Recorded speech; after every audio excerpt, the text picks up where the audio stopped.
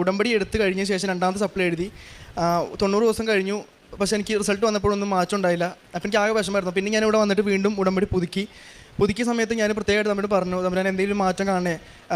ആദ്യത്തെ തവണ ഉടമ്പടി എടുത്ത സമയത്ത് ഞാൻ കുറച്ചൊരു ഉഴപ്പിന്ന് പറയാം. കാരണം പല കാര്യങ്ങളും നമ്മുടെ ഉടമ്പടിയിൽ പറഞ്ഞിട്ടുള്ള പല കാര്യങ്ങളും എനിക്ക് ചെയ്യാൻ പറ്റാതെ വന്നിട്ടുണ്ടായിരുന്നു.